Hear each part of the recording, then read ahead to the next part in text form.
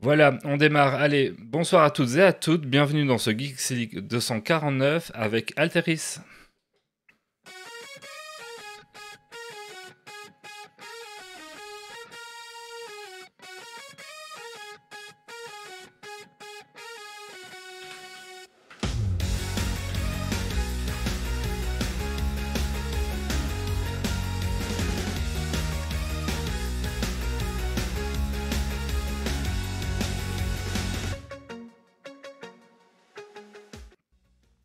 Bonsoir à toutes et à toutes et bienvenue dans Geeks League numéro 249, enregistré ce vendredi 18 novembre 2022. Bienvenue à toi dans ton podcast tech qui pourrait sentir la frite et la bière, mais dans notre réalité alternative, il sent la gaufre et le chocolat chaud et animé par moi-même, Doug Gaver, plutôt Gwali. Après, j'ai fait des efforts, je suis même enrhumé pour que ça fasse authentique. Donc, ce soir, dans Geeks League, au programme, un super invité, donc Alteris, qu'on a le grand plaisir de recevoir. Bonsoir. Bonjour tout le monde. Ensuite, quelques petites chroniques, une chronique sur les jeux de société à thème western avec Killian, et une Bonsoir, bonsoir. chronique de ma part sur l'histoire de Pokémon. Alors, installe-toi confortablement dans ton fauteuil de train, de voiture, de bureau, et monte le son.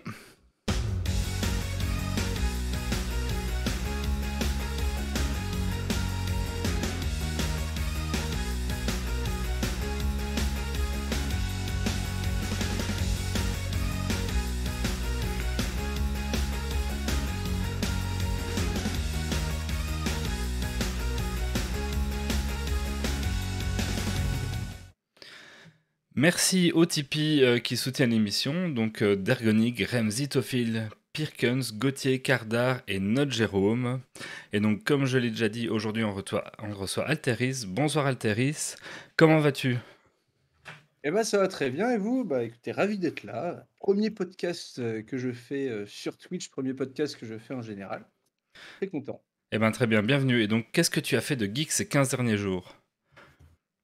Alors bah ces 15 derniers jours, le truc le plus geek que j'ai fait, on va dire que c'est mon aventure Donjons et Dragons que je fais depuis quelques semaines avec des potes qui étaient à la base des connaissances, mais du coup qui sont devenus ma petite guilde, une petite guilde de Donjons et Dragons. Donc franchement, ça c'est bien stylé. Pour l'instant, on fait l'aventure de base. Donc on fait rien de bien fou, on découvre un peu le jeu, mais on est tous très chauds pour continuer. Et puis sinon, pas mal de Crusader Kings 3, donc, qui est un jeu vidéo que vous connaissez peut-être. Je sais pas trop Oui, si je vous vois êtes un peu fan le de jeux genre, c'est moins Paradox. mon style, mais je vois ce que c'est. Ouais. Bah, en gros, on gère une dynastie médiévale et puis on essaie de la faire évoluer au fur et à mesure des âges. On gagne des territoires, on marie ses enfants, on peut assassiner des gens, on peut faire des complots, etc. Voilà, donc c'est un vrai jeu aussi. On peut refaire l'histoire également, quoi. Mais très très bien, et tu Et verras, hein, les groupes ouais. d'amis enfin les groupes de jeux de rôle qui deviennent des amis, c'est un effet secondaire courant. Faut pas t'inquiéter. Et donc aujourd'hui on a également Grumpy autour de la table. Et toi Grumpy, qu'as-tu fait de geek ces 15 derniers jours? Salut, salut. Ben moi, comme d'habitude, enfin, sauf que j'ai été une semaine malade, mais du coup, j'ai fait beaucoup moins de choses. Mais sinon, ben, jeux de rôle, romans, séries, trucs habituels.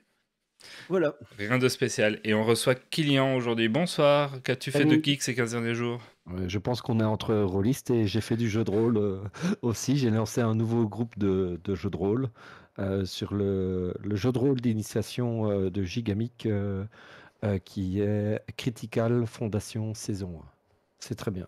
C'est C'est très bien. voilà.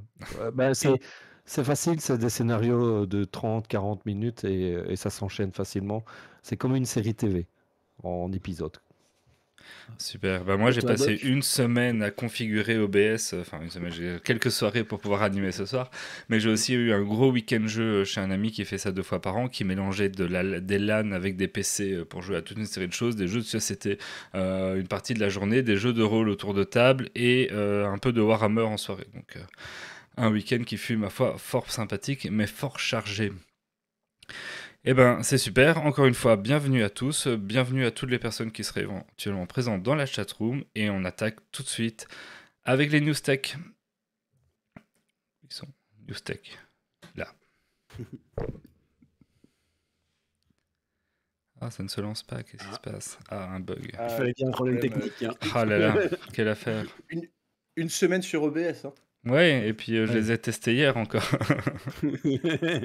Fallait bien, il y a un truc qui marche pas. Bon, bah voilà. Enchaîne. On va dire rubrique news, et puis on enchaîne. Oui, bah oui, news tech. Allez, Grumpy. Ouais. Un jour, je serai le meilleur dresseur. Ouais, c'est pas tout à fait ça la chanson.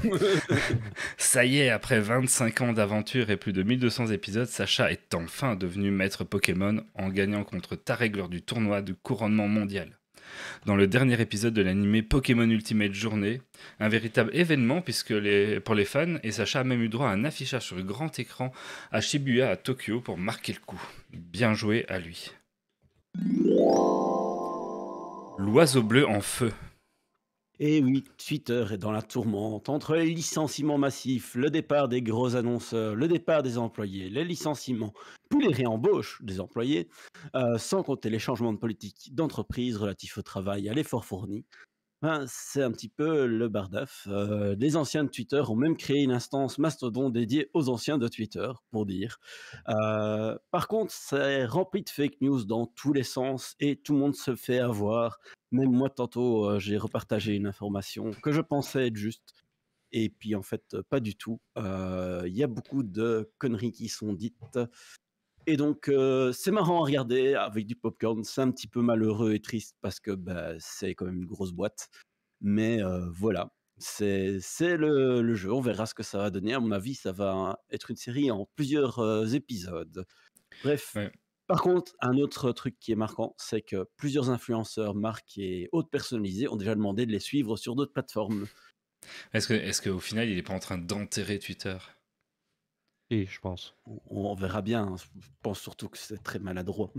Avec son image où il a publié l'oiseau est libre quand il a racheté Twitter en disant que ça allait claquer la modération, enfin qu'il allait libérer le truc, ça me donne un peu l'image du machin en cage qui a toujours vécu en cage. On a ouvert la porte et il n'est pas du tout prêt et ça se passe pas très bien pour lui. Bon, bref, news suivante.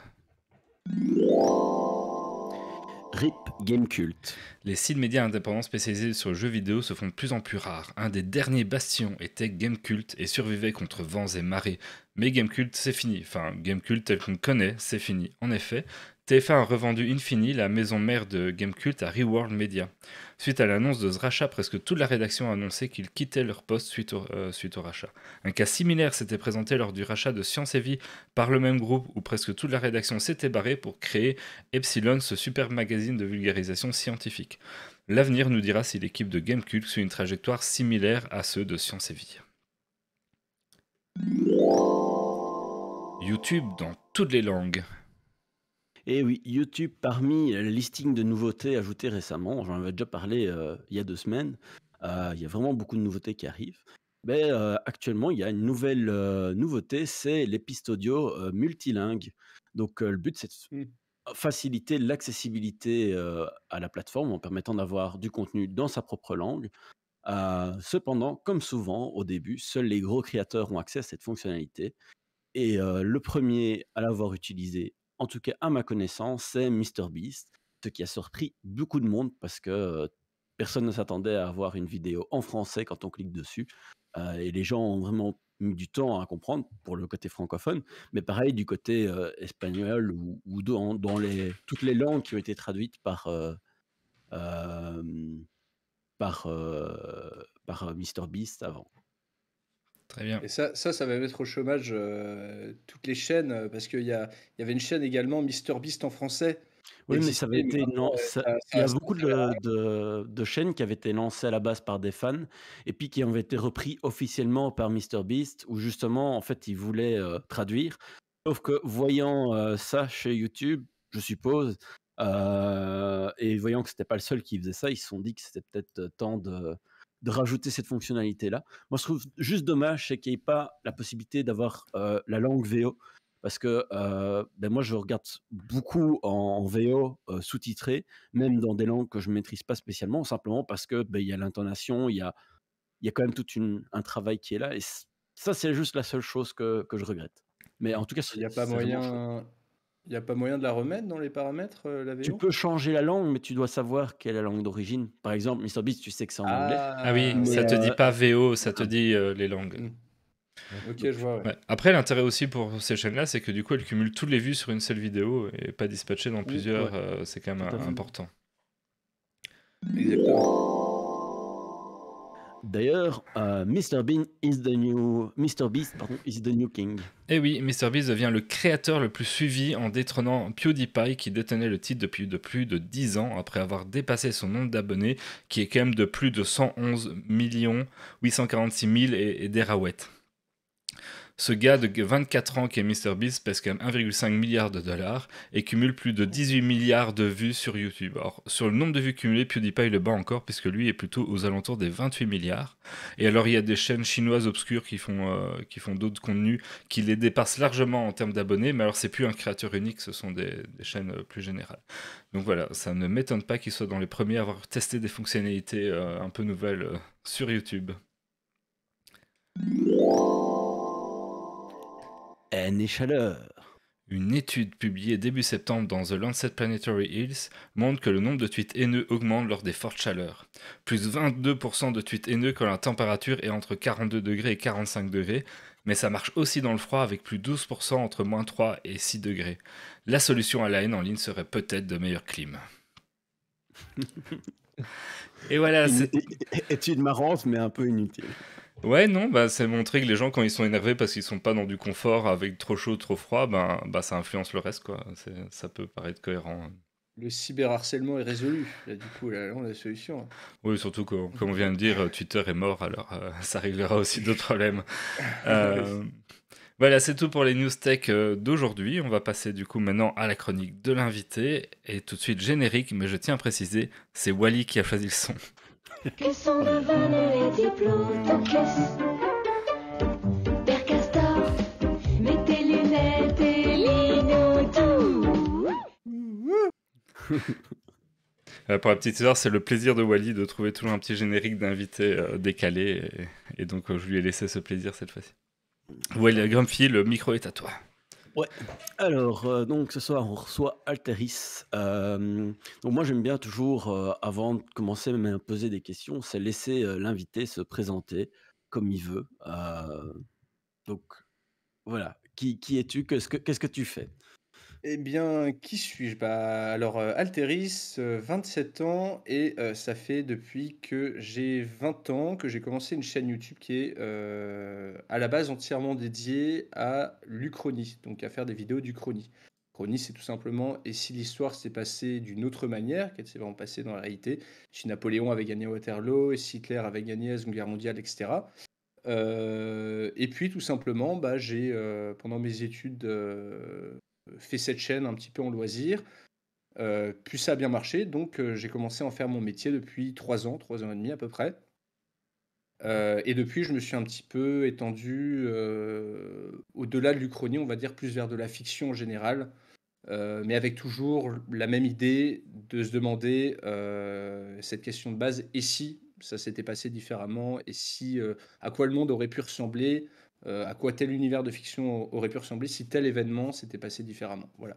C'est un peu Mmh. alambiqué comme explication, mais j'ai essayé de résumer du mieux que Ouais, j'ai non, pu. mais Non. moi, ce que je retiens aussi, c'est que tu as écrit des livres, tu as, en plus de ton channel, tu fais aussi du Twitch de temps en temps, etc. C'est juste ou... Alors j'ai écrit un livre, ouais, que j'ai fait en financement participatif il y a 2 ans et demi, 3 ans. Je vais en sortir un autre, donc une adaptation d'une des séries que je fais sur ma chaîne qui s'appelle Paris 1328, qui en gros postule du fait que et si le Paris moderne était téléporté en plein Moyen Âge, en 1328, avec tout ce que ça implique. Et puis oui, bah, du coup, j'étais sur Twitch juste avant de venir vous voir, donc voilà. Mais j'essaie un petit peu de lancer des pistes, de me développer par-ci par-là. Sur des Ok. études dans le domaine de l'histoire?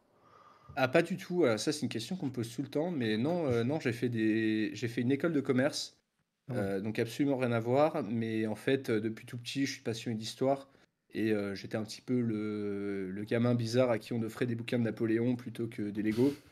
Et du coup, ça m'a suivi au fur et à mesure jusqu'à ce que je commence ma chaîne YouTube. Voilà. Mhm. Donc à la base, l'histoire, c'est une passion, mais pas du tout un cursus universitaire. On reviendra sur l'histoire un peu plus tard. Mais, moi, je voulais peut-être juste, parce que sur ta chaîne, parfois, tu parles aussi d'anticipation, d'histoire Ouais. alternative, d'Uchronie. Est-ce que tout ça, c'est des synonymes? Est-ce que c'est des choses différentes? Est-ce que tu peux peut-être un petit peu détailler ce que c'est pour les gens qui, voilà, ne seraient pas nécessairement au courant de ce que c'est une Uchronie, parce que c'est pas quelque chose de très répandu, en tout cas du côté francophone. Ouais, c'est vrai que c'est beaucoup plus la pratique de l'Uchronie, donc enfin, comment dire? C'est vachement plus anglophone de base, c'est du what if. C'est vraiment, bah, il y a une série de Marvel récemment, hein, qui illustre très bien ce concept, qui était en gros, on prend des événements qui sont passés d'une certaine manière, on en change, une partie et on se demande, comment l'histoire se serait passée différemment. Bah, c'est le même principe, sauf que là, je fais ça avec de la vraie histoire, avec des grands personnages, Alexandre le Grand, Napoléon, j'en sais rien, Staline, et cetera et cetera et j'essaie tout simplement, en faisant ça, en se demandant et si parce que c'est vrai que de l'extérieur, quand on connaît pas le concept, on peut un peu se dire, «Ce mec est en train d'enculer les mouches», mais dans tous les cas, non, là, c'est en gros, l'Uchronie permet de mettre en lumière l'importance d'un événement, en montrant que si jamais cet événement avait été changé et bah, du coup, l'histoire se serait complètement passée autrement. Donc c'est aussi ça, en fait, qui est intéressant. C'est tout simplement de voir que, le moindre petit truc, par exemple, si le Titanic n'avait pas coulé, bah, ça aurait été New York qui aurait changé de face. Pourquoi? Parce que, un des milliardaires, comment dire? John Aston ou un truc comme ça, senior, je crois, si j'ai pas de bêtises, qui était présent dans le Titanic, si jamais il avait continué à vivre, il avait des grands projets pour New York et en fait, tout ça, c'est un petit peu un effet papillon qui fait que, bah, tout simplement, ces événements sont, comment dire? Mais oui, voilà, ça ça Sont ça marquants, démontre c'est des l'importance tournants de des l'histoire, petites quoi. choses. Voilà, c'est ça. Mmh. Mais tu ne fais pas que dans l'histoire réelle, tu fais aussi, dans les fictions, comme par exemple avec ton dernier épisode sur, «Et si l'ordre 66 n'avait pas été Ouais. exécuté?» Hem, Est-ce que c'est quelque chose où, tu t'es dit directement, «J'ai envie aussi de travailler sur la fiction» ou c'est plus quelque chose qui est venu par après? Parce que Bah, c'est quand même fort différent de simplement l'Uchronie, telle que la plupart des gens la conçoivent. bien sûr. Alors après, c'est pas de l'Uchronie historique, mais ça reste une extension de l'Uchronie à juste un autre domaine, à de la fiction. Mais du coup, j'avais déjà fait ça pour, Game of Thrones il y a longtemps et si Ned Stark n'avait pas été décapité. J'avais fait «Et si Frodon n'avait pas jeté l'anneau dans la montagne du destin». Et puis j'avais fait, Seigneur des Anneaux, Star Wars. J'en avais fait un autre Mmh. dont j'ai plus le souvenir, mais du coup, oui, c'était un peu la suite logique. Mais en fait, c'est aussi parce qu'on se demande même, dans Star Wars, tu vois, qu'est-ce qui serait passé si, je sais pas, Anakin était resté du côté lumineux de la Force, si jamais il avait, eu tout son potentiel d'élu, que serait-il passé si jamais, la République, avait pu se maintenir, si et cetera et cetera. Qu'au final, c'est juste être, pour moi, curieux, en fait et étendre ce concept, à des univers de fiction, qui s'y prête très bien, au final et j'ai encore reprendre l'exemple de Marvel, qui en fait, de base fait des what if, mais dans ses propres univers de fiction. Donc en fait, c'est littéralement ça que je fais, quoi, Mmh. Oui, tout à fait. avec moins de Hem, moyens. Et est-ce que ouais. tu as, en fonction des vidéos, si tu fais un SI plutôt historique ou un SI plutôt, on va dire, œuvre de fiction, ben, comme Star Wars ou autre, t'as l'impression de toucher des publics différents? Ouais, ouais. Ouais, mais ça se fait sur la durée. Mais au final, c'est vrai que ma communauté, j'ai l'impression que c'est plus un agglomérat de gens qui ont différents intérêts. C'est-à-dire que j'ai aussi tenté de faire des formats où je montrais ma tête et où je faisais des sortes de sketchs un petit peu autour de l'histoire.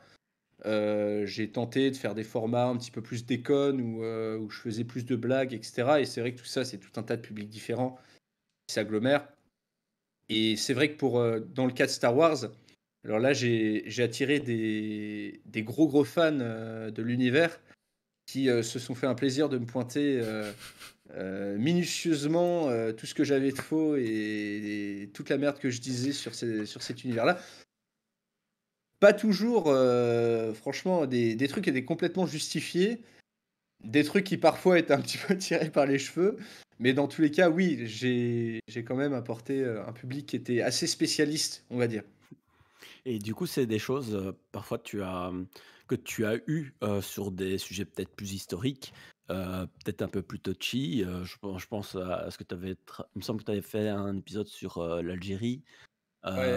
Est-ce que, par exemple, quand c'est des sujets qui potentiellement sont touchy, tu t'y attends, tu travailles ça de manière particulière ou au contraire, tu as une communauté qui est plutôt bienveillante et les gens pointent mais ne sont pas, en mode destruction?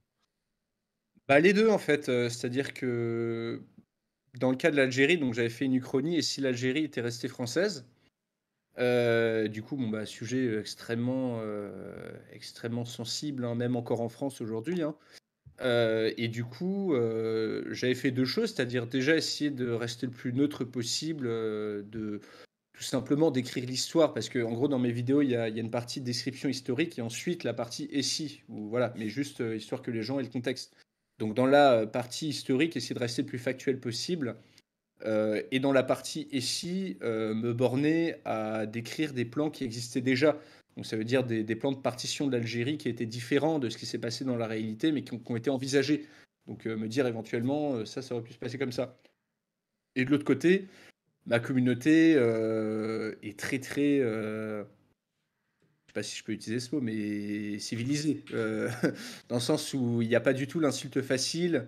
Ça va être capable de débattre de manière posée, raisonnée, même les plus jeunes, etc. Enfin, pour le coup, j'ai jamais eu véritablement de gros problèmes, quoi. Mmh. Voilà, à ce Mais niveau-là. du coup, c'est parfois quelque chose que tu anticipes? Je veux dire, Ouais. hormis la neutralité, parce que c'est vrai que quand tu as des sujets un peu touchy, j'ai remarqué que tu fais souvent un récap de qu'est-ce qui s'est réellement passé. Mais, est-ce qu'il y a des choses où tu évites justement d'aborder certains points, même si tu fais une version alternative? Ou enfin, je sais pas, est-ce qu'il y a des choses que tu fais de particulier pour éviter, d'avoir des problèmes, en fait, Bah, en gros, si jamais, je dois éviter de parler de certains points dans un sujet, je fais pas le sujet. Si Mmh. jamais je fais un sujet, je parle de tout. J'essaye en tout OK. cas. Mais dans tous les cas, bah, par exemple, oui, il y a des sujets que je m'interdis encore un peu, comme tout ce qui touche à Israël, par exemple, qui reste quand même assez sensible. Où en fait, c'est vrai qu'il y a des sujets où je l'ai bien vu avec l'Algérie, on aura beau essayer de rester le plus factuel possible, il y aura toujours, des 2 côtés de la Méditerranée, des gens pour, pour avoir de l'urticaire dès qu'ils voient le titre et pour ne pas du tout tenter d'essayer de comprendre le raisonnement qu'il y a derrière, même si c'est de la fiction et cetera. Oui, Donc mais oui, il y a toujours un risque, mais en soi, je me plains pas parce que j'ai toujours réussi, je pense, à bien m'en tirer, quoi. Voilà. est-ce qu'ils sont vraiment pires que les fans Star Wars? Heu, ils sont ils ont l'insulte plus facile, mais ils sont beaucoup moins méticuleux et quand tu prends un commentaire méticuleux qui démolit ton travail, avec un gros pavé, ça fait beaucoup plus mal qu'une insulte. Mais voilà. Mais Mmh. pour Star Wars, voilà, c'est juste que voilà, il y a quelques incohérences dans ma vidéo, maintenant je me rends compte, mais du coup maintenant, vu que j'ai les gros fans sur ma vidéo, ils me le disent. Notamment la prononciation de Coruscant, donc la planète ville, hein, la capitale de la République, que j'ai eu le malheur de prononcer Coruscant. Du coup, ça dans les commentaires bah, oui, mais bon, ça c'est important Ouais, pour non, beaucoup et de gens. je comprends Ouais. Voilà. tout à fait les fans, mais, Et, voilà. et c'est vraiment du coup Star Wars qui t'a marqué ou t'as d'autres parce que je sais que t'as fait des vidéos sur Harry Potter ou sur d'autres univers, ils sont aussi un Ouais. peu énervés ou pas tant. Non, non, non, j'ai envie de dire, si c'était qui les pires entre Game of Thrones, Star Wars et Harry Potter? Franchement, je pense que c'est Star Wars, hein. Très honnêtement, en tout cas, d'après ce que je vois, les plus énervés, pour l'instant, sont les fans de Star Wars, mais après énervés, dans le sens où ils sont, «J'ai bien aimé ta vidéo, mais il y a quelques incohérences et machin et cetera». Mmh.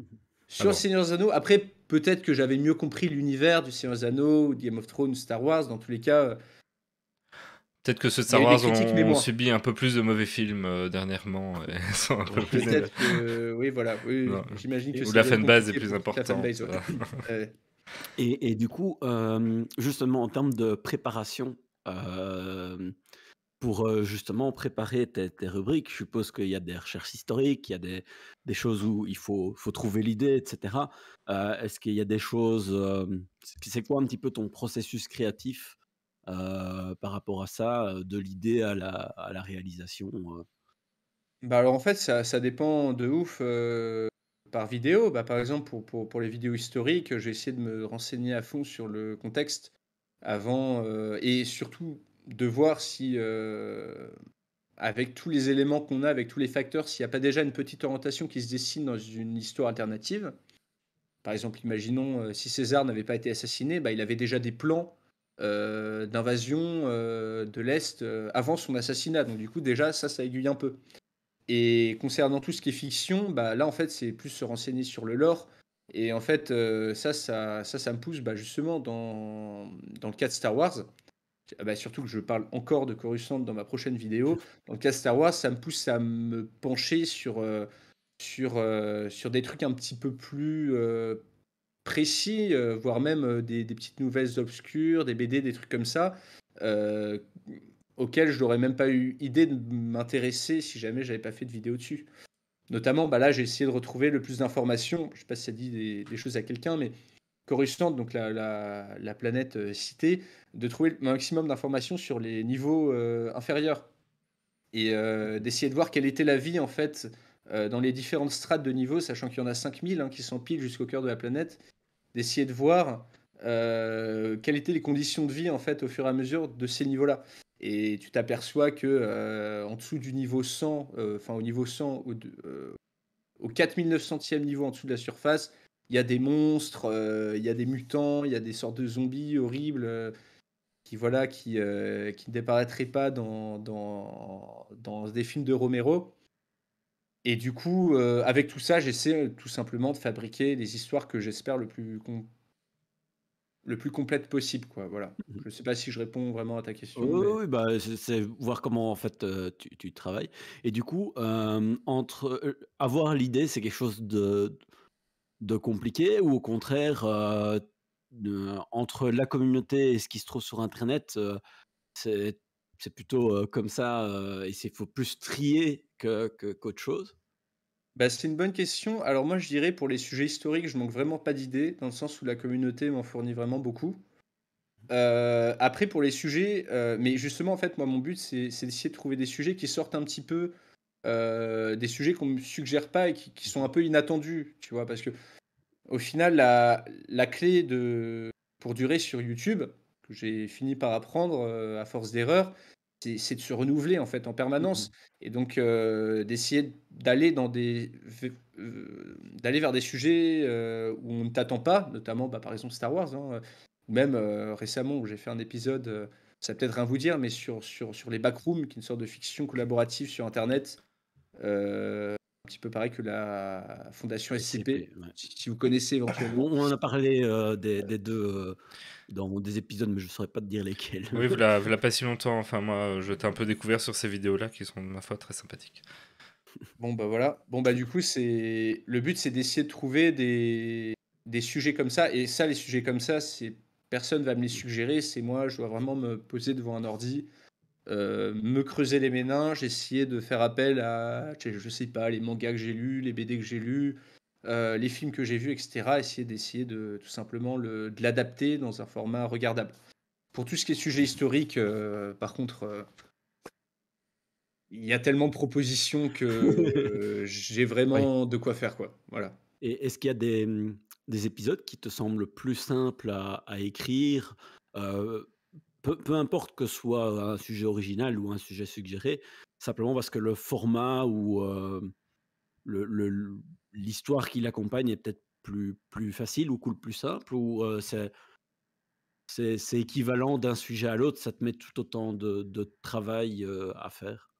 Alors, c'est pas du tout équivalent. Je dirais que les sujets qui me font le moins de travail, c'est les sujets où c'est juste de la pure invention, en fait, tout simplement.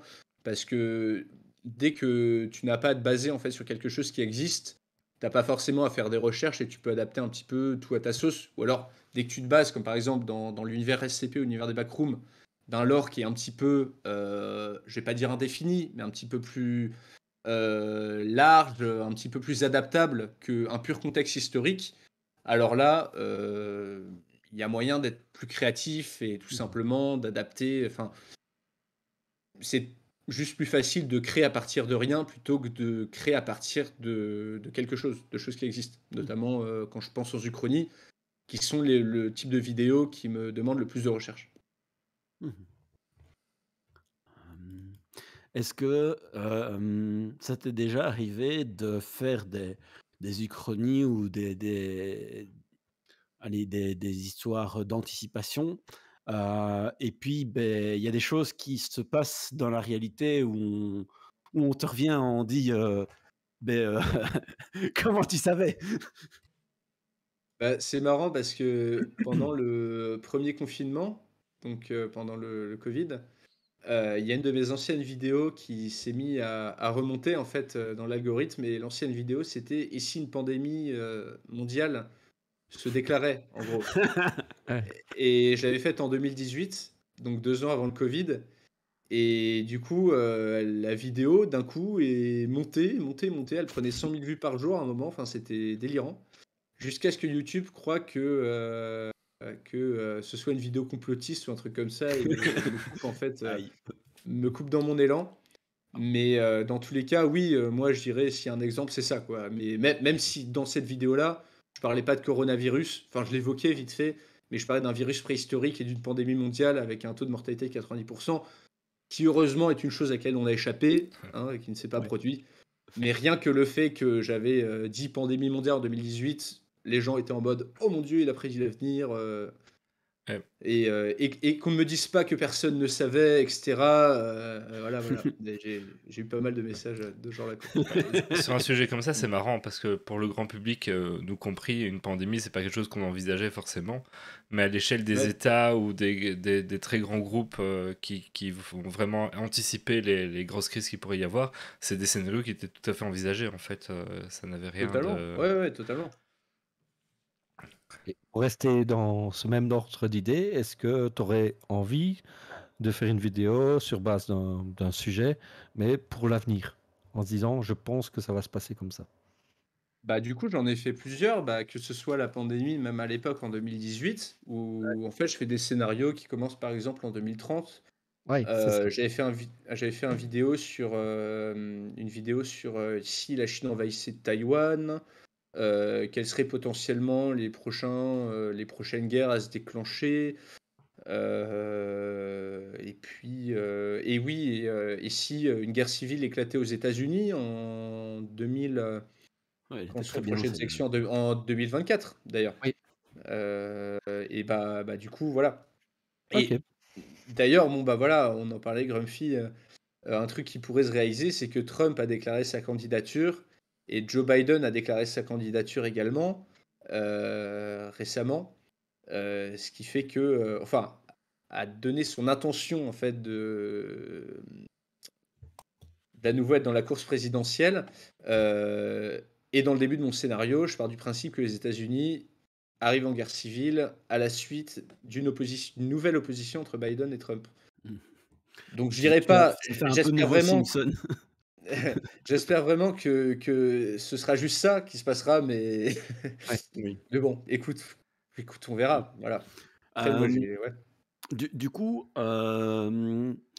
une fois réalisé, beh, on voit, beh, si tu publies sur, YouTube. J'ai vu aussi qu'il y avait un podcast où tu reprenais, l'audio, Ouais, ouais. de ce que tu fais. Hem, est-ce que, poum poum poum, j'ai perdu le fil de ma question. Ah oui. Hem, en termes de réalisation, tu prends un temps considérable à illustrer. Enfin, on le voit, il y a des illustrations pour tout et tout ton propos qui pour, appuyer celui-ci. Hem, comment est-ce que tu trouves ces illustrations? Est-ce que tu cherches des illustrateurs? Est-ce que, tu as des gens avec qui tu travailles? Ou, est-ce que, com comment est-ce que tu travailles? Parce que bon, c'est quand même long, comme vidéo, donc, c'est conséquent, quoi. Bah, alors la plupart du temps, j'essaie de trouver des images ou des vidéos libres de droit. Et puis ensuite, sinon, je prends sur Google Images ou sur YouTube en essayant de créditer un maximum. Voilà, bon, bah, après, par exemple, sur YouTube aussi, il y a pas mal de YouTubeurs qui mettent des extraits de films ou des trucs comme ça, etc. C'est comment dire, c'est une zone grise, juridiquement, parce qu'il y a toujours le droit de citation, mais c'est aussi quelque chose que tout le monde fait. Et personnellement, je pense que je serais pas capable d'illustrer mes vidéos si jamais je pouvais pas choper deux, trois trucs de films comme ça de temps à autre, quoi. Et tu as déjà été strike, pour des raisons, comme ça? Non? Non, Tu as eu du non. bol pour l'instant. Strike, Hem, non, c'est même pas du bol en fait. C'est strike, c'est plus pour les musiques. Pour les mmh, musiques, là par contre, je fais extra gaffe. Là par contre, il y a mmh, strictement rien de protégé ou de trucs comme ça, quoi. ouais. Et du coup, quand tu En termes crédites ouais. comme ça, tu mets en surimpression de l'illustration ou tu mets plutôt dans enfin sur la vidéo en dessous les explications de la vidéo? Ça dépend des vidéos, mais c'est les deux généralement. Et sinon, moi, je me posais la question, tu travailles, encore seul ou tu as, parce que bon, tu as quand même un certain succès, mais tu es encore relativement petit. Du coup, je suppose il faut gagner suffisamment pour pouvoir, payer, je sais pas moi, un monteur ou ce genre de Ouais, ouais. choses, Ah, je est-ce que je peux pas donc vraiment me le permettre là, ouais. mmh Là, du coup, la seule personne avec qui je travaille, c'est un graphiste qui me fait mes miniatures. Et puis éventuellement, ponctuellement, sur des projets comme le bouquin que je vais sortir, où là, je vais travailler avec une maison d'édition, bah, d'ailleurs, l'éditeur de Jeux Vidéo Magazine, Link Digital Spirits. Mais ça, c'est que ponctuel. Sinon, tous les montages, les recherches, trucs comme ça, je fais encore tout ça, enfin, seul, quoi.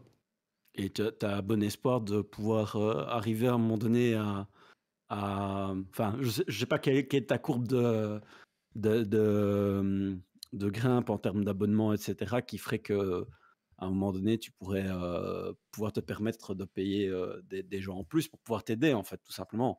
Parce que c'est quand même un travail titanesque, Ouais, ouais, bah, ce serait l'étape d'après.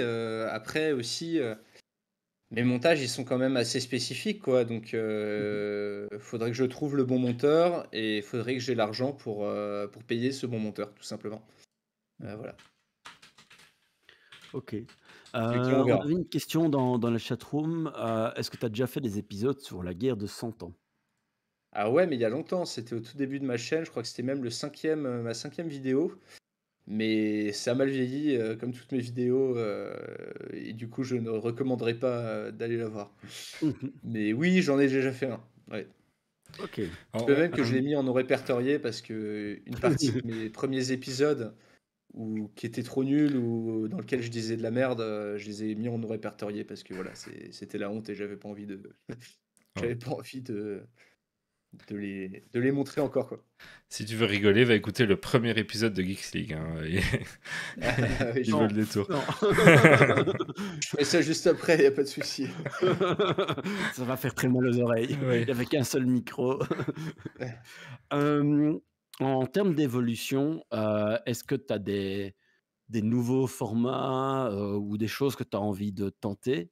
Ou des collaborations, j'en sais rien, ou des trucs que tu te dis: «Waouh, je sais pas, je voudrais faire un film» ou j'en sais rien. Alors, bah, moi, en fait, ce que j'aimerais bien faire déjà, je me suis rendu compte au final, parce que ça fait 7 ans que je fais ça quand même, parce que ce que je me suis rendu compte, c'est qu'avant même l'histoire, avant même l'Uchronie, ce que j'aimais, c'est écrire de la fiction, tout simplement. Heu, donc oui, un truc qui me plairait beaucoup serait d'écrire pour la télé, pour le cinéma ou voilà, ce genre de trucs.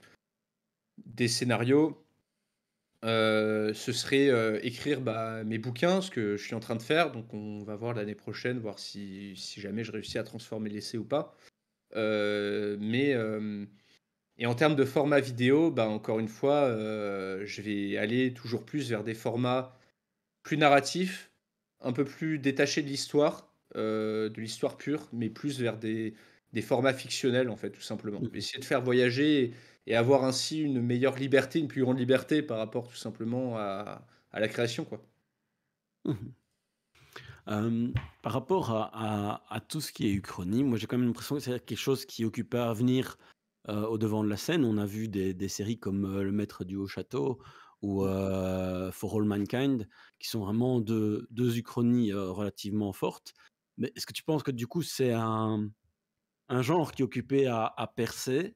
Parce que moi je me rappelle pas il y a quelques années ouais, il y avait de temps en temps un film de SF, mais rien de très marquant. Ici, il y a quand même, Ouais.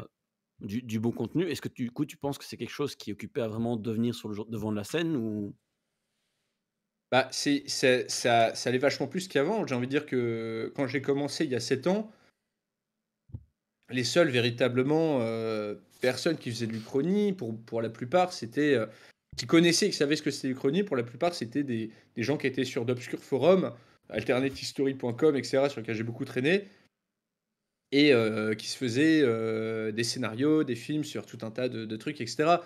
Aujourd'hui, quand j'écris le concept, quand je sais pas, je rencontre des gens et je décris le concept, les gens savent ce que c'est. Pourquoi? Parce qu'ils ont déjà entendu parler de Man is the High Castle, ils ont déjà entendu parler de SI, il y a aussi même en France, ça s'est développé. Il y a, notamment ce livre excellent, La part de l'autre d'Éric Emmanuel Schmitt. Il y a Laurent Binet, Civilisation et en fait, il y a tout un tas d'auteurs qui s'essayent à cette pratique, ce qui fait qu'aujourd'hui, c'est beaucoup plus connu qu'avant. Donc, pour répondre à ta question, oui, c'est vachement plus connu qu'avant et c'est voué à être bien plus connu plus tard. Pourquoi? Parce que c'est une source inépuisable de scénarios. Bah, pareil avec le What If, encore une fois, enfin, ça fait 50 fois que j'en parle, tu vois, mais en plus, j'ai même pas regardé. Mais du coup, ça montre que c'est quand même rentré un peu dans la culture mainstream, quoi. Et que maintenant, bah, c'est plus, des historiens qui veulent un peu se faire des films qui sont au courant de ce que c'est l'Uchronie. Aujourd'hui, c'est juste rentré dans comment dire? Ouais, voilà, dans les connaissances culturelles des gens, quoi. Pas Mmh. tous, mais beaucoup plus qu'avant et je pense que c'est voie à augmenter, ouais. Cool. Après, ça Moi j'ai existait quand même. ouais. C'est peut-être un genre qui existait dans les romans ou autres, mais que les gens avaient moins Ouais, conscience de ce que c'était en fait. Ils le consommaient, ouais, mais voilà, sans, ouais, sans c'est trop ça. l'identifier. Ouais, c'est ça, ouais et puis ça restait assez ciblé dans le sens où bah, en vrai, quitte à la toute première uchronie, c'était sous l'Empire romain, hein. Alors, c'était je sais plus quel auteur, mais qui avait écrit un livre qui s'appelait «Alexandre et la conquête du monde» et en fait, il se demandait ce qui serait passé si Alexandre n'était pas mort et dans ce livre-là, qui est un essai, en fait, très, très court, bien sûr, Rome gagne parce que tous les auteurs romains font gagner Rome, mais Alexandre le Grand affrontait Rome. Et ça, c'est le premier exemple d'Uchronie qu'on a. Mais en fait, l'Uchronie, ça existe depuis très longtemps. C'est juste qu'en fait, c'est toujours resté un petit peu une pratique de niche. Il y avait eu aussi Napoléon et la conquête du monde au 19, enfin, milieu 18e siècle, ou milieu 19e, pardon, où un auteur se demandait ce qui serait passé si Napoléon serait parti vers les Indes, etc. etc. Donc ouais, ça fait longtemps que les gens font des «et si». C'est juste que ça s'est vraiment popularisé qu'assez récemment, en tout cas dans la perspective que j'en ai, quoi.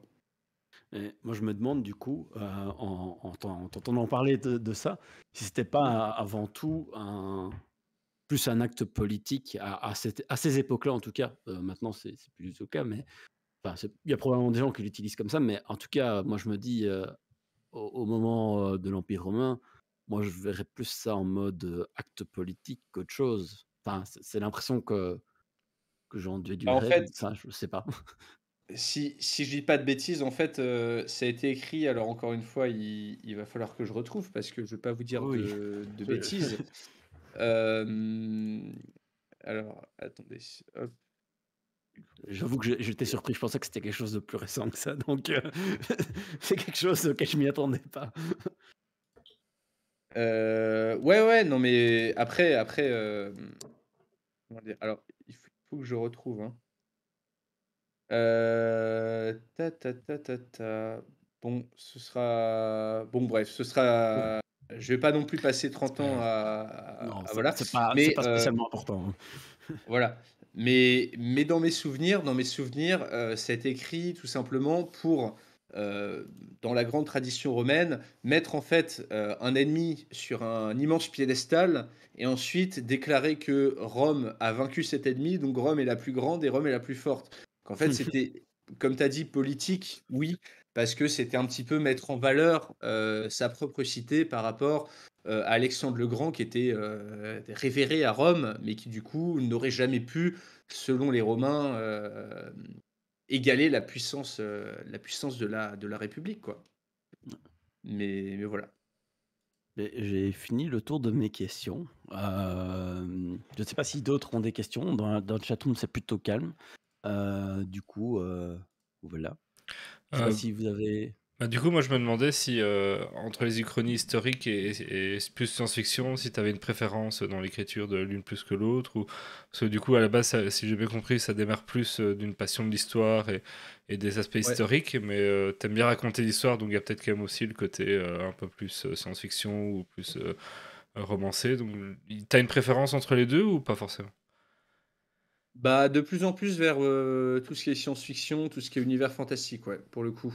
Ouais. Parce que, comme je disais plus tôt à Grumpy, ça permet une liberté bien plus grande en termes d'écriture, sachant qu'en fait, quand tu écris une uchronie, tu peux pas écrire n'importe quoi non plus, dans le sens où tu peux pas dire et si, comment dire, et si Hitler meurt en 1944, tout de suite, l'Allemagne, gagne la guerre et cetera. Enfin, il y a des réalités historiques, il y a certains facteurs qu'il faut quand même prendre en compte et si tu veux rester cohérent dans ton uchronie, c'est quand même assez dirigé. Il y a une certaine colonne vertébrale.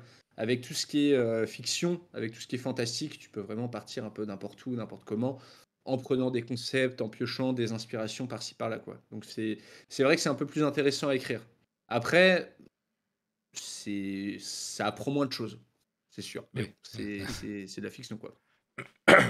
Ça- Dans le chatroom, on me demande comment tu choisissais ces sujets, mais je pense que tu l'as déjà dit. Hein, tu accumules des choses que tu vois à gauche à droite et puis tu essaies de trouver des choses plus Ouais, ouais. originales. Si je résume ce que tu as dit, hein, je veux pas. Ouais, c'est ça en gros, ouais, ouais, ouais. Ok. Très Ben, bien. du coup, on va passer à la suite. Je te Ben remercie, oui. c'était vraiment super intéressant. Merci.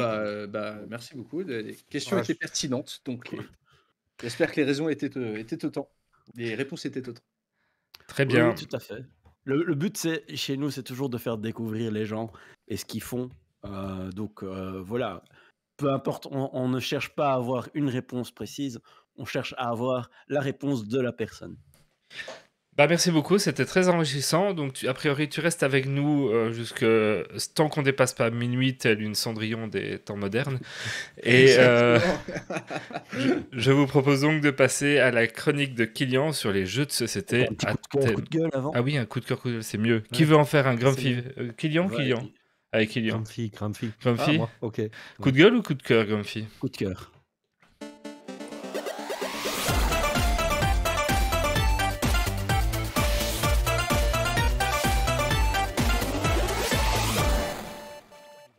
Alors, moi, mon coup de cœur, c'est Les Sables de Mars de Arthur C. Clarke. Alors, c'est vieux, hein, c'est 1951.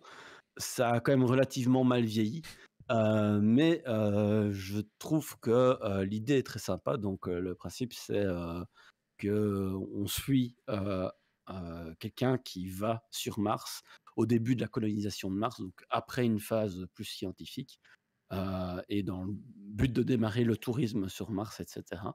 Avec toutes les problématiques que peut avoir la colonisation d'une nouvelle planète, où les gens se demandent mais pourquoi est-ce qu'on doit dépenser de l'argent pour ça. Alors que ben, voilà, si c'est juste scientifique, c'est bien, mais si le but c'est d'investir des fonds massifs pour se coloniser, c'est plus compliqué à justifier. Et je trouve que c'est de l'Arthur C. Clarke, donc c'est toujours bien écrit. Enfin, c'est quelqu'un que j'aime bien, donc voilà. Mais je trouve que ça se lit tout seul. Et même s'il y a des choses où ouais, on voit que ça a mal vieilli sur certains aspects technologiques, ça reste quelque chose de très intéressant comme histoire que je conseille à tous. Voilà. Super, et donc maintenant ce coup-ci on passe pour de vrai à la chronique de Kylian sur les jeux de société à thème Far West, c'est parti.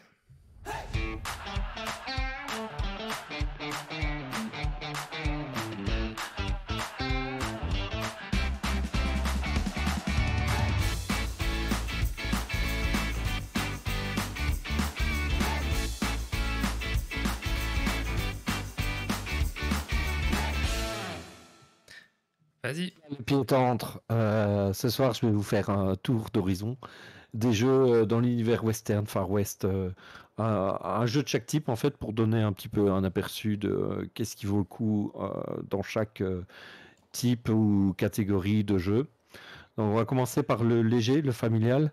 Et le jeu que j'ai choisi pour le léger familial, c'est Dice Town. C'est un jeu pour 2 à 4 joueurs. 2 à 5, pardon. 2 à 5. Donc Dice Town, créé par Ludovic Maublanc et Bruno Catala. Donc pas des inconnus. Illustré par Pierrot, qu'on a déjà reçu ici à Geeks League, et édité par Matago. Alors le jeu date de 2009, mais il a été réédité en 2018, donc vous devriez pouvoir le retrouver. Il est encore en stock dans certains magasins. C'est un jeu de dés avec des dés de poker. Des dés classiques comme le poker menteur en fait. Et on va lancer nos 5 dés en 3 fois pour essayer d'obtenir la meilleure combinaison. On lance nos dés dans un petit gobelet et en fait on peut mettre de côté les dés qu'on veut garder, relancer ceux qu'on veut relancer. On essaie de faire la meilleure combinaison, puis on résout, on dévoile notre jeu et le joueur qui a fait le plus de 9 va récupérer une pépite dans la mine d'or. Celui qui a fait le plus de 10 va braquer la diligence. Le plus de valets va s'équiper d'objets dans le General Store, donc des cartes, des petites cartes avec des pouvoirs sympas. Le plus de dames, il va voler une carte à un adversaire. Celui qui a le plus de rois devient le shérif et départage des égalités. Et finalement, celui qui a fait la meilleure combinaison de poker va devenir propriétaire d'un ou plusieurs terrains en fonction des as qu'il a inclus dans sa combinaison. Donc voilà, c'est un bon jeu léger, sans prise de tête, à l'apéro, avec des petits coups de filoterie quand même, avec les vols de cartes et les effets des cartes. Dans les points positifs, c'est édité par Mataco et ils n'ont pas fait de faute d'édition. Le matériel est de superbe qualité. Les illustrations sont sympas. J'essaye de montrer la caméra, mais c'est dans le style un peu cartoon, comme ça, style de Pierrot. Les règles sont simples à appréhender, donc on peut y jouer avec des enfants. Ça, c'est sympa. Un point négatif, la durée peut s'étend un petit peu par rapport au type de jeu que c'est. On atteint vite les 45 minutes, voire 1 heure avec des enfants. Donc par rapport à un jeu un peu léger, c'est peut-être un peu long. Et puis un autre défaut, attention les oreilles, c'est le bruit. Quand vous avez 5 joueurs qui lancent les dés dans les gobelets en plastique dans une salle qui résonne, ça s'entend très fort. Donc, tu peux toujours prendre un gobelet un peu de qualité. Oui, tu peux toujours changer le gobelet, voilà, oui, c'est sûr. Mais voilà. En plus, il y en a qui aiment bien, hein. Il y en a qui font exprès, limite, de soulever très fort. Le deuxième jeu, je ne l'ai pas ici, je n'ai pas tous les jeux, hein. On reste chez Mataco avec Western Legend. Et là, on part sur une grosse boîte, des figurines, un énorme plateau. Donc, on est plutôt dans la tendance américaine. C'est un jeu pour 2 à 6 joueurs, édité à l'origine chez l'éditeur Colossal Games, un éditeur américain, puis localisé par Matago. Le jeu est créé par Hervé Lemaître et illustré par Ronald McDonald, ça ne s'invente pas. Alors, question quiz. Le jeu date de 2018. Quel jeu vidéo est sorti en 2018 au thème western? Il a eu son petit succès. Red Dead Redemption. Ouais, Red Dead Redemption. Eh oui, exactement. Et donc, Western Legend, en fait, vous avez Red Dead Redemption en jeu de plateau parce qu'on a le sentiment de liberté et d'action, en fait. On fait ce qu'on veut sur le plateau, on va se déplacer pour aller récupérer des objets, livrer du bétail, aller dans la mine d'or, casser la figure aux Indiens. Bref, on a vraiment 3 points d'action et on fait ce qu'on veut. On va acheter un meilleur cheval, on va s'équiper d'un meilleur fusil. En fonction des actions qu'on effectue, on va évoluer sur 2 pistes. Une piste Wanted, si on braque une banque par exemple, et une piste Marshall, si on arrête les hors-la-loi, qui sont des PNJ, ou les joueurs qui sont passés Wanted. Et donc, on va avoir des alliances comme ça entre les joueurs qui seront sur la piste Marshall et la piste Wanted. Les points de victoire sont différemment en fonction des deux. Quand on est Wanted, on les accumule de tour en tour. Quand on est Marshall, on les débloque par niveau. Et on peut voir des alliances se former entre joueurs de même stratégie. Donc, mon ressenti, moi j'ai déjà joué, je l'avais avant. Je vais expliquer pourquoi je ne l'ai plus. Le jeu est assez long et il donne vraiment l'impression de liberté, une sensation de liberté d'action, mais il y a un petit point noir, c'est le système de combat. Le système de combat, il est tout sauf épique. En fait, on a des cartes de poker en main et qui permettent des actions supplémentaires aussi si on les joue en tant que carte action. Mais lors d'un combat, on va simplement en choisir une, on va comparer, on va peut-être rajouter un bonus de notre arme et c'est tout. Ça n'a rien d'épique du tout. On fait pas de main de poker. C'est juste, on joue une seule carte. Alors que voilà, ce serait des cartes plus 3, plus 2, plus 4. Ce serait la même chose.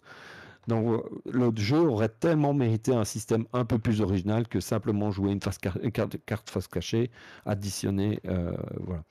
Donc, il en reste que le jeu donne une bonne impression de liberté. Je pense que le jeu a son public. On incarne des légendes du western. Donc, c'est vraiment pour les joueurs qui aiment bien les jeux longs, 3 heures, qui veulent jouer à la cool autour d'un verre de whisky. Mais attention, les joueurs qui sont un peu férus de tactique, ils vont peut-être pas y trouver leur compte au niveau du système de combat. Voilà. Après, je pars à l'opposé, côté réflexion, à l'allemande. Là aussi, je ne l'ai pas, mais il y a pas mal de jeux de gestion dans l'univers western. Celui qu'il faut retenir, et si vous voulez en acheter un bon jeu de gestion, c'est Great Western Trail. C'est un jeu d'Alexander Pfister, édité par Gigamic. C'est un jeu de 2 à 4 joueurs où on va devoir livrer des bétails les plus rentables de Kansas City. On livre à Kansas City en partant du Texas et grosso modo, on a un système de route où on va placer des bâtiments qu'on pourra activer et on va déplacer notre cowboy voyageur dessus. L'originalité, je ne vais pas expliquer toutes les mécaniques, mais l'originalité vient qu'il y ait un petit aspect deck building avec les cartes bétail qu'on acquiert parce que on les met en dessous de dans notre défausse quand on les prend et elles reviennent plus tard dans la partie. Voilà, elles valent plus ou moins des points. D'un point positif, c'est un jeu avec énormément de stratégies à explorer. Elles sont toutes imbriquées les unes dans les autres, comme souvent avec l'auteur. Donc c'est pas mal parce qu'on peut tenter des stratégies alternatives. Le jeu n'est pas scripté et il est d'autant plus pas scripté que en début de partie, la mise en place est aléatoire. Il y a des bâtiments neutres, il y a des Indiens ou qui sont placés au hasard. Donc chaque fois, il faut s'adapter un petit peu. Ouais, dans les points négatifs, c'est un jeu assez complexe et plutôt cérébral. Donc, l'analysis paralysis, quand un joueur réfléchit pendant 10 minutes à son tour, c'est le type de jeu typiquement où vous allez le trouver. Il y a une Et nouvelle. du fait de l'aléatoire, est-ce que, il n'y a pas des moments où du coup tu as des parties qui sont un petit peu bloquants ou qui démarrent plus lentement que d'autres ou, ça va? Non, ça va. Non, ça va. L'aléatoire, c'est vraiment pour la répartition des bâtiments neutres. Les bâtiments neutres sont assez équilibrés pour ne pas que, même si tu as un bâtiment neutre en début de route plutôt qu'un autre, tu peux toujours faire quelque chose, quoi. Euh, alors, il y a une nouvelle version qui s'appelle Great Western Trail Argentina qui va paraître en français en fin d'année.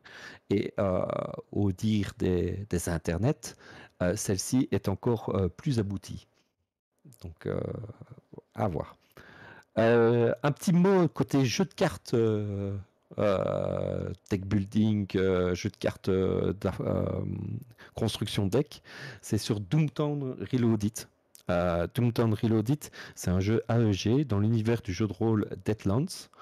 Donc le jeu de rôle Deadlands, c'est un jeu de rôle qui mêle western, steampunk et magie.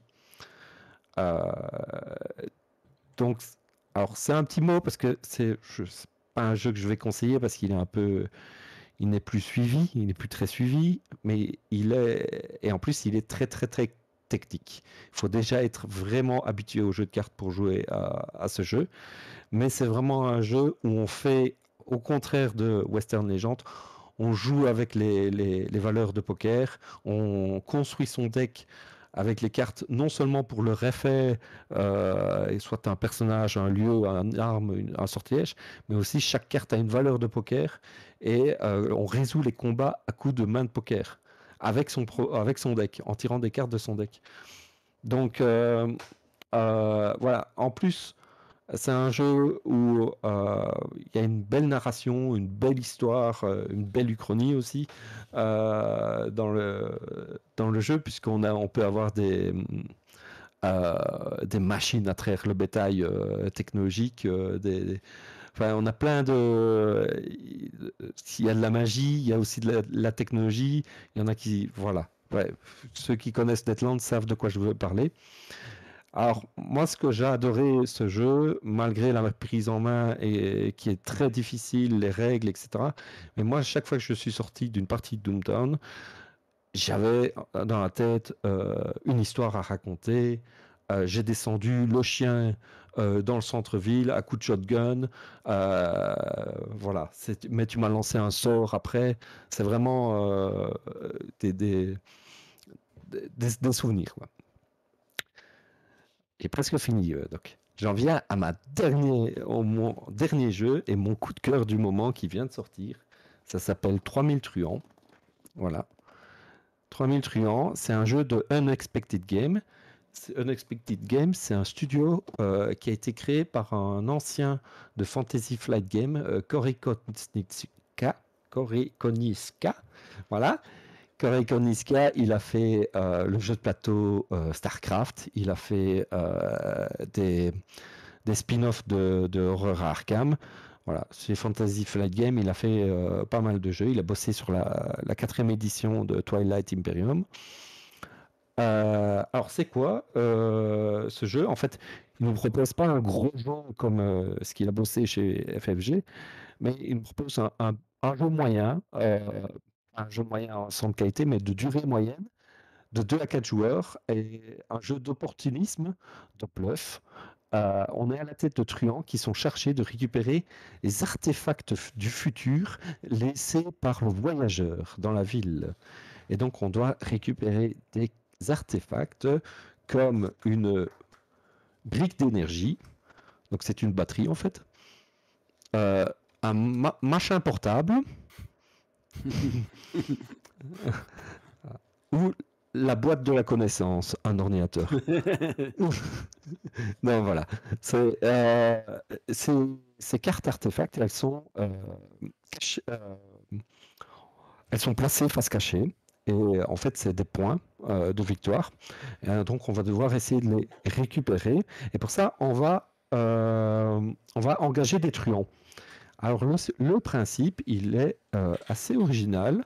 Les truands, le jeu dit 3000 truands, c'est parce qu'en fait, pour composer un truand, on va prendre une sleeve préimprimée, on va prendre une carte et on va composer, on va mettre la carte dans la sleeve et en fait, la préimpression va couvrir une partie des capacités de la carte, va couvrir une partie du coût de la carte et va donner un truand unique, en fait. Voilà. Donc, c'est vendu avec. Donc, les sleeves sont vendus avec et les sleeves préimprimés. Donc, à son tour de jeu, en plus, on a un petit set de cartes de poker de valeur 0 à 6 qui nous sert à faire les actions, soit gagner de l'argent pour pouvoir engager des truands, soit voler un artefact, etc. Et il y a 5 actions possibles de 1 à 5. Donc, je vous ai dit, on a des cartes de 0 à 6. On joue notre carte face cachée pour déclencher l'action. On la joue face cachée. Donc, peu importe ce qu'on joue, on déclenchera l'action. Mais les autres joueurs, s'ils pensent qu'on a bluffé, ils peuvent nous mettre un homme de main dessus et nous faire perdre des points. Voilà, donc c'est un pari. Là, je pense que tu as bluffé, tu as mis ton 0 ou tu as mis une autre valeur. Et donc, ouais.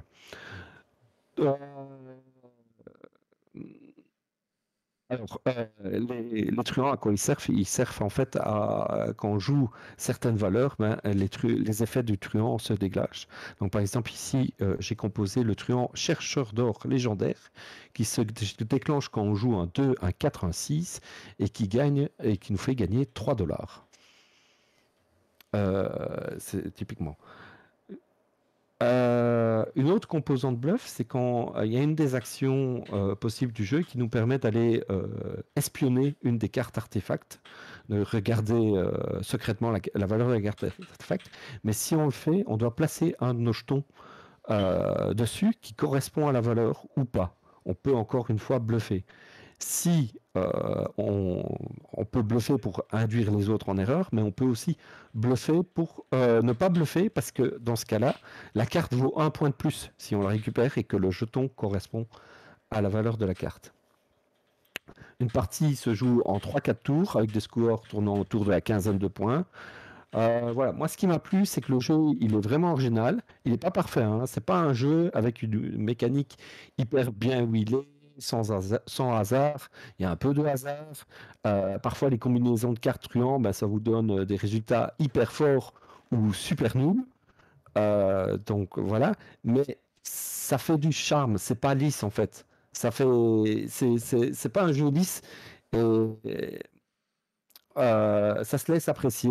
Je pense que c'est le genre de jeu filler qu'on pourrait sortir juste avant une partie de jeu de rôle entre joueurs qui aiment bien comboter avec leurs cartes. Et c'est un Je jeu suis, d'opportunities.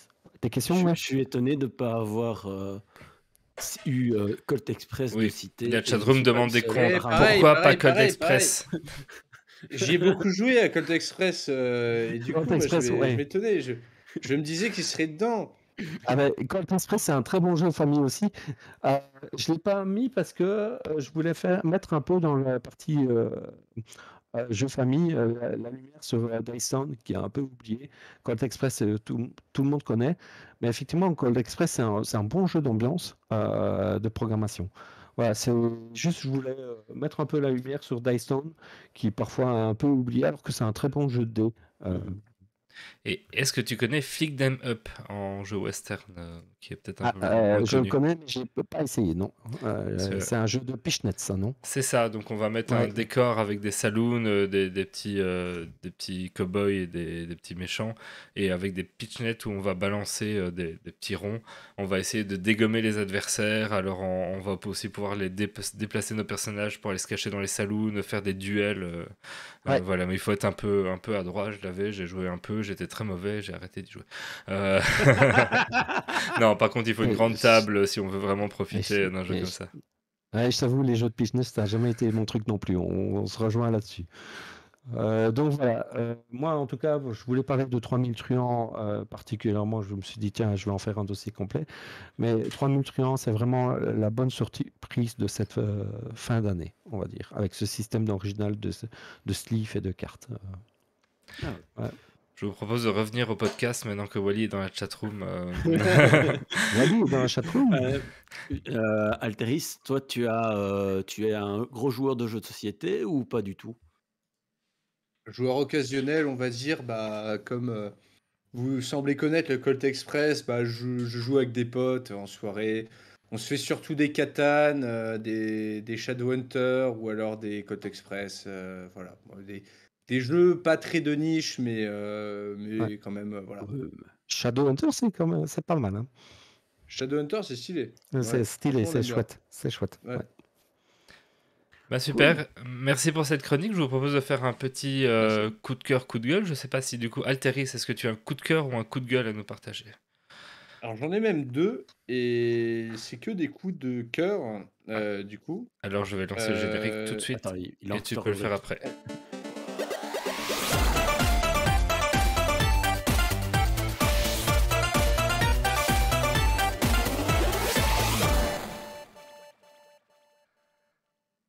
Vas-y.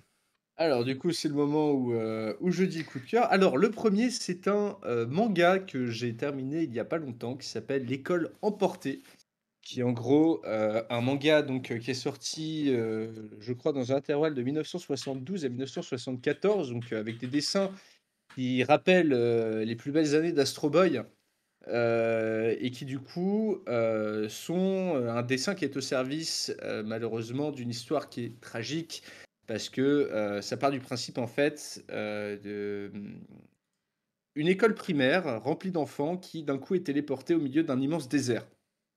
Et tout simplement, les enfants ne savent pas où ils sont, les profs commencent à péter des câbles, les pires instincts humains se mettent à ressurgir et du coup, tout de suite, on a voilà, des enjeux, du drama et surtout des mystères, des sortes de monstres qui arrivent de l'extérieur, etc. Les enfants ne savent pas du tout où ils sont. Ils essaient voilà, de reconstruire une civilisation, etc. Mais tout ça, c'est très compliqué. Donc, l'école emportée de l'auteur, je ne me rappelle plus de qui, mais dans tous les cas, super découverte. Et même si le style graphique est assez simple, assez basique, voire même un peu vieillot, au final, c'est tant mieux parce que vu les horreurs qui se passent dedans, je pense que on gagne à ne pas avoir de dessin plus détaillé que ça. Genre Ok. vraiment. Ouais. Donc du coup, franchement, l'école emportée, vraiment très cool. Et le deuxième dont je voulais parler, faire découvrir aux auditeurs de ce podcast, c'est une série incroyable qui s'appelle Last Man. Last Man, je ne sais pas si vous connaissez. Ouais. C'est une série du coup qui à la base était un manga à la française, donc avec inspiration américaine, un petit peu japonisant sur les bords, mais avec des dialogues bien franchouillards, qui a été créé par Bastien Vives, Salanville et puis un autre auteur dont je me souviens plus le nom, qui a été également adapté en animé.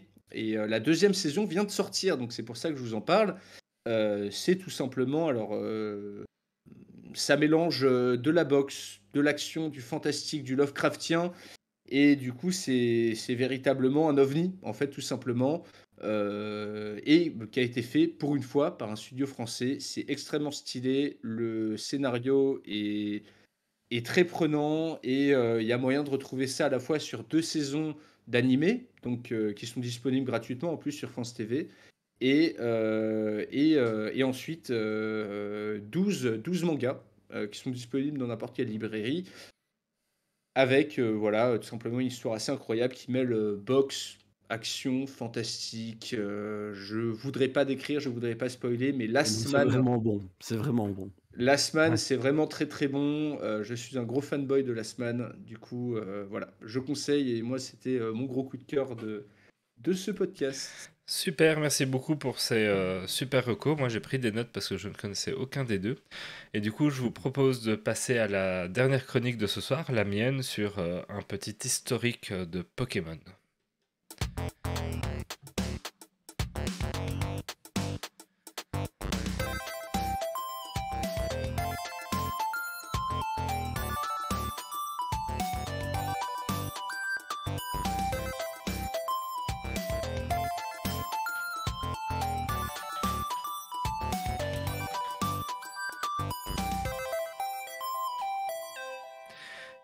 Et donc voilà l'histoire de Pokémon. Alors qu'est-ce que c'est Pokémon pour les trois du fond qui auraient jamais entendu parler de ça? Ce sont donc un univers peuplé non pas d'animaux mais de Pokémon qui sont un peu l'équivalent de bêtes sauvages, en plus marrant, hein, parce que ça fait des attaques de feu électriques, enfin ça fait des trucs plus drôles, plus glauques aussi, mais c'est un peu plus caché dans le lore, et que les humains vont en fait dresser et utiliser, même bien plus que nous, hein, parce que c'est à la fois des amis pour eux, des aides pour servir de monture, pour servir dans la construction, dans les soins, dans les hôpitaux, tout ce qu'on veut. Bien entendu, on fait des combats violents et sanglants entre eux, parce que sinon, c'est pas drôle dans des arènes, et donc c'est tout à fait institutionnalisé et accepté de tous. Et bien entendu, puisqu'il n'y a pas d'animaux dans cet univers, c'est également la bouffe, hein, donc bouffe ton Pikachu. Après, l'histoire ne dit jamais quel goût ça a. Et donc, dans cet univers, on a des enfants, allez, disons jeunes adolescents, mais plutôt des enfants, ils doivent avoir 12 ans, qui vont être envoyés par leurs parents partir à l'aventure combattre ces monstres sauvages pour essayer de devenir le meilleur dresseur. Alors généralement, il y a un scientifique chelou du village qui leur donne leur première bébête, histoire qu'ils ne se fassent pas défoncer tout de suite par les créatures dangereuses. Et donc, ça vient d'où Pokémon? Ben, Pokémon, c'est avant tout un jeu vidéo sorti sur Game Boy à la base, et qui a été créé par Satoshi Tajiri, qui était en fait un fan d'insectes, et notamment il faisait avec ses potes des concours de cricket, et c'est ça un peu qui lui a inspiré l'idée des Pokémon, de faire un jeu vidéo dans lequel il faut adresser les Pokémon, attraper les Pokémon, les échanger, et tout ça sur un fond de RPG. Donc, le premier jeu Pokémon, qui était en fait la version verte et rouge au Japon, est sorti en février 96 et a eu un succès relativement mitigé en fait au début, hein. Le jeu devait trouver son public, mais un manga, la première fois d'ailleurs où va apparaître Sacha du Bourg-Palette, on en parlait dans les news, avant la série animée, est paru là-bas et a aidé vraiment à lancer le jeu, qui a fini par se vendre à plus de 10 millions d'exemplaires. En Europe, on aura le droit non pas à vert et rouge, mais à rouge et bleu comme version, complétée par la suite par une version jaune, puisque pendant pas mal de générations, les jeux Pokémon seront à chaque fois 1 ou 2 ans après complétés par une version complémentaire des deux premiers, qui ajoute généralement relativement peu de contenu en plus, mais qui fait une petite variante au cas où vous l'auriez raté. Et donc, ben ça, c'était la toute première génération, puisque les consoles portables de Nintendo ont ensuite, chacune à leur tour, eu leur version, hein. On a eu la génération 2 sur Game Boy Color avec Or, Argent et puis Crystal. Sur GBA avec la génération 3, c'était Ruby, Saphir, Emerald. Là, sur GBA, a commencé à apparaître aussi les remakes, parce que maintenant Nintendo s'est dit, oh bah ça marche bien, on va faire des remakes réguliers. Et donc, on a eu Rouge Feu et Vert Feuille en remake de la première génération sur la GBA, pour la génération 3. Sachant que pour le côté un peu technique, les remakes sont généralement comptés comme étant des jeux de la génération du nouveau jeu qui est sorti au moment où ils sortent. Donc ici, Rouge Feu Vert Feuille, c'est pas la génération 1, c'est la génération 3, puisqu'ils sont de l'époque Ruby Saphir. Ensuite, génération 4 sur DS avec Diamant, Perle, Platine et des remakes de Or et Argent. Génération 5 Noir Blanc, qui a été vraiment reconnu pour son scénario, qui allait beaucoup plus loin et qui a pas mal plu. Et du coup, qui n'aura pas de version complémentaire, mais qui aura carrément de vraies suites avec Noir Blanc 2 et Blanc 2. On passe à la 3DS avec la 6ème génération X et Y et les remakes de Ruby et Saphir. Et la génération 7 toujours sur 3DS avec Soleil et Lune, où là on aura une version complémentaire absolument scandaleuse appelée Ultra Soleil et Ultra Nuit, donc carrément 2, et qui était sans doute les plus scandaleuses de la série.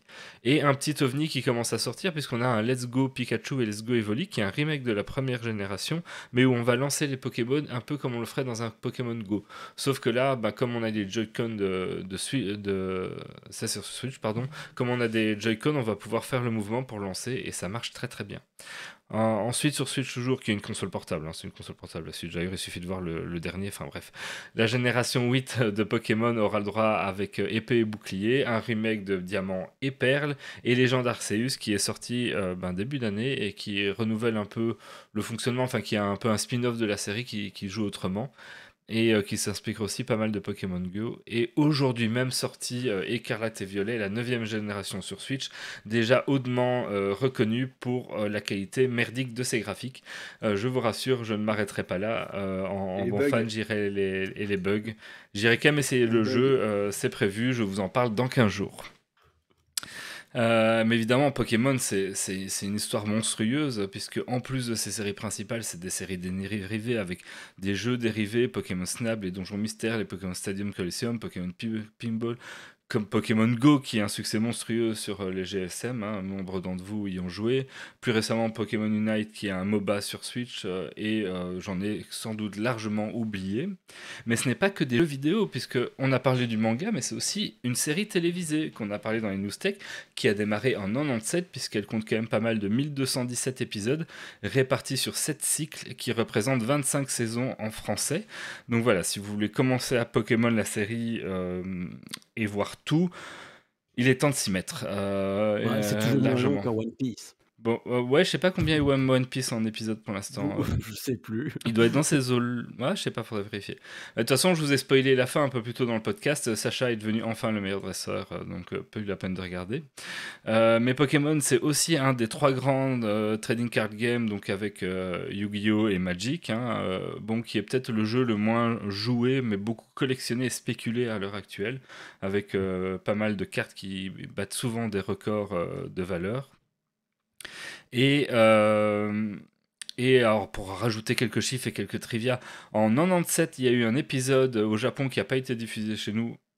J'allais dire malheureusement, mais non, plutôt heureusement, puisqu'il a quand même provoqué des malaises et des convulsions sur plus de 700 personnes, dont 200 sont restés plus de 24 heures à l'hôpital pour des crises d'épilepsie et ce genre de petits problèmes-là. C'était de gentils éclairs clignotants pendant 5 secondes dans l'épisode, notamment qui faisait apparaître Porygon, qui ont provoqué ça. Le pauvre Porygon n'étant plus jamais apparu dans un épisode de la série animée depuis. Bon, en 97, on faisait moins gaffe à ce qu'on balançait sur les écrans et sur les enfants. En chiffres, au final, Pokémon, c'est quand même 25 ans, puisque ça fête ses 25 ans cette année. Au total, plus de 300 millions de jeux vendus, dont plus de 20 millions pour les derniers, pour Épée Bouclier, qui était la génération précédente. On verra pour la 9G.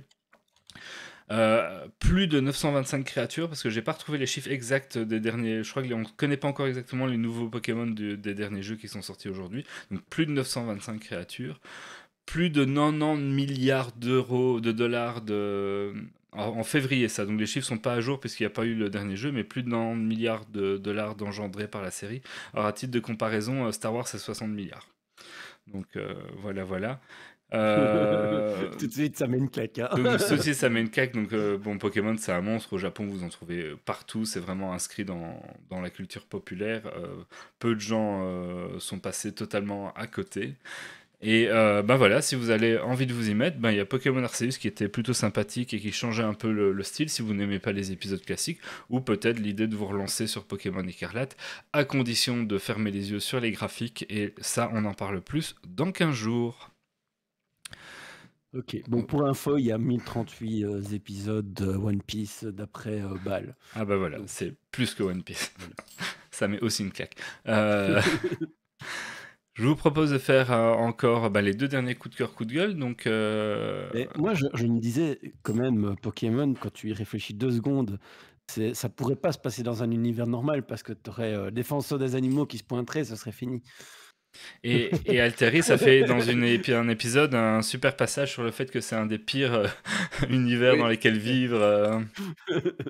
C'est un des pires univers où vivre. En fait, Pokémon, quand tu y réfléchis, tu croises des bêtes sauvages qui peuvent te balancer des éclairs dessus dans les buissons. Tu marches dans une forêt, tu te fais agresser par des top-piqueurs, par des trucs comme ça. Enfin, c'est très dangereux. Quand tu y penses, c'est des sales bestioles, quoi. Ouais. Ça peut te couper un humain en deux en une seule vive attaque, quoi, si ça fait pas Ouais. gaffe, quoi. Ouais. Heureusement que dans le dessin animé, les Pokémon sont gentils. Ouais, Voilà. ou dans les Mais dessins bon, animés, il n'y a pas jamais de mort, quoi. C'est édulcoré. Donc, il y a jamais de les mort. Pokémon ne meurent jamais en combat dans les arènes et autres, mais quand ils Voilà. attaquent des humains, ça ne tue jamais personne. Donc, c'est pratique. Voilà. C'est Il y commode. a un épisode où il y a Léviator, c'est ça, Léviator qui se met à péter un câble, un truc comme ça, qui se met à balancer des lasers partout, mais heureusement, il n'y a pas de mort, quoi. Vraiment, tout se passe bien et Sacha finit par le convaincre de se calmer, mais Ça ferait un bon bon. film d'horreur. Ouais. Voilà, Soemet, dans la vraie vie, c'est au moins 10 000 morts, ce genre de Ouais. truc. D'ailleurs, dans l'univers de Pokémon, les divinités sont des Pokémon, notamment Arceus, qui est Ouais. le dieu qui a tout Mm. engendré. Donc, la cosmologie de Pokémon est basée sur des Pokémon et pas du tout sur des humains. On se demande presque qu'est-ce qu'ils font là. Mais ça, peut-être que ça serait une idée de sujet pour une autre fois, la cosmologie de Pokémon. On verra. Qui n'a pas encore fait son coup de cœur, coup de gueule, du coup? Kylian et toi. Ah, Kylian, alors, coup de cœur ou coup de gueule? Coup de cœur.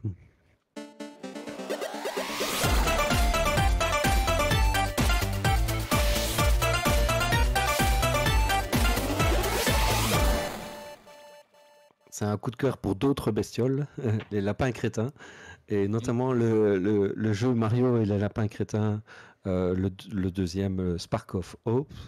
Donc je l'ai acquis début de semaine, j'y ai joué un petit peu et on retrouve les principes du premier jeu qui était Pony Kingdom, je pense.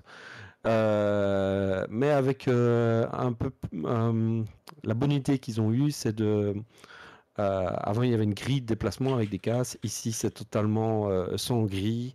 Donc, c'est beaucoup plus. On est beaucoup plus libre. Voilà. Et donc, c'est un tactical FP. Un jeu tactique. Comment est-ce qu'on dit? Un tactical RP. Ouais, c'est un jeu de Quelque chose comme un ça. tactique au Mais tour ouais, par pas tour. là pour- Tactical RPG, Ouais. RPG, ouais. Tactical Ouais. RPG peut-être, ouais. Ouais, Tactical RPG. Voilà, je pense que c'est ça. Et, mais les commandes sont simples, faciles, et franchement, c'est une bonne entrée en matière. Moi, j'y joue avec ma fille, ça passe super. Et ça permet d'avoir un jeu un peu tactique euh, en jeu vidéo. Donc, en plus, avec de l'humour, Ouais, bah, c'est les j'ai- lapins Et crétins, c'est lapin crétin, moi, c'est con, mais ça me fait rire. ouais, mais Voilà. le premier était excellent, j'avais passé un bon moment dessus. Moi, ce que j'aimais bien Ouais. aimer dans le premier, c'était tous les petits détails que tu trouvais à gauche, à droite. Moi, j'ai pris beaucoup de temps à simplement regarder le décor parce que tu avais des petites pointes d'humour à gauche, à droite qui étaient cachées et t'as envie d'explorer juste pour ça, quoi. Et le DLC Ouais. était très bon si vous l'avez pas fait. Ouais. Super, merci pour la reco. Ça, c'est un jeu qui est dans ma to-do à un moment donné ou un autre. Et donc, on va terminer par un coup de cœur de moi. Et c'est parti.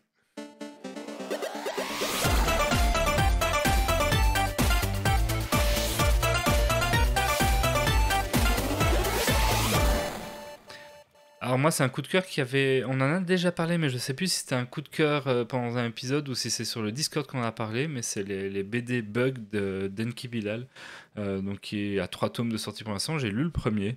C'est un truc de science-fiction un peu dystopique, dans un univers dans lequel toutes les connaissances des ordinateurs, des machines ont été aspirées et se retrouvent dans une personne, et donc plus rien ne fonctionne sur Terre.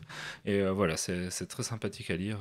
Si vous avez pas eu assez encore de recos avec Alteris, je vous encourage à aller vers celle-ci.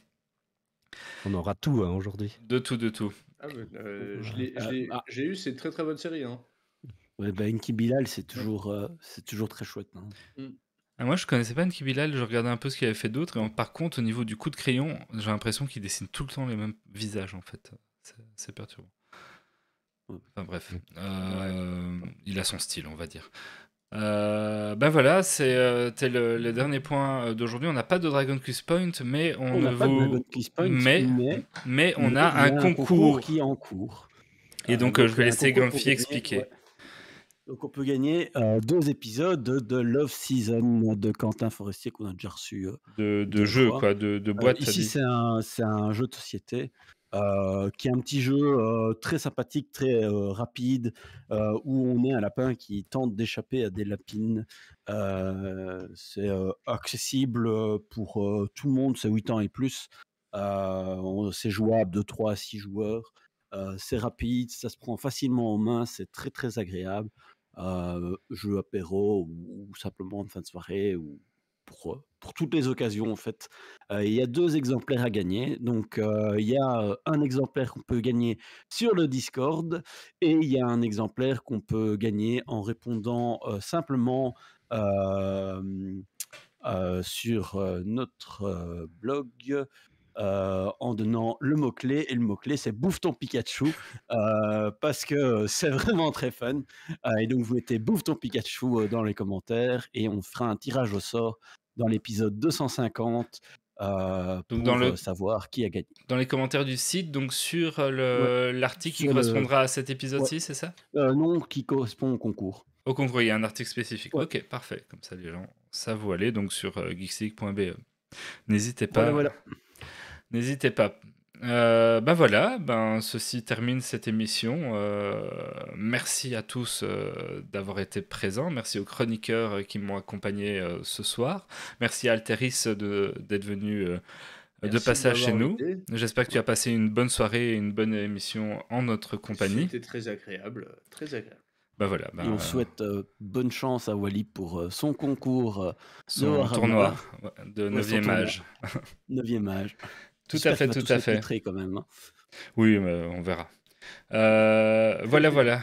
Merci à tous. J'espère que vous avez apprécié cette émission que j'ai animée à la place du Baron exceptionnellement. Je vous dis à dans 15 jours. Wally sera de retour pour animer. Et surtout, ne lâchez rien et bonne soirée. Salut. Salut. Alerte. Dépressurisation atmosphérique. Évacuation immédiate du personnel. Evacuation order. Evacuation order. Evacuation order. Evacuation order.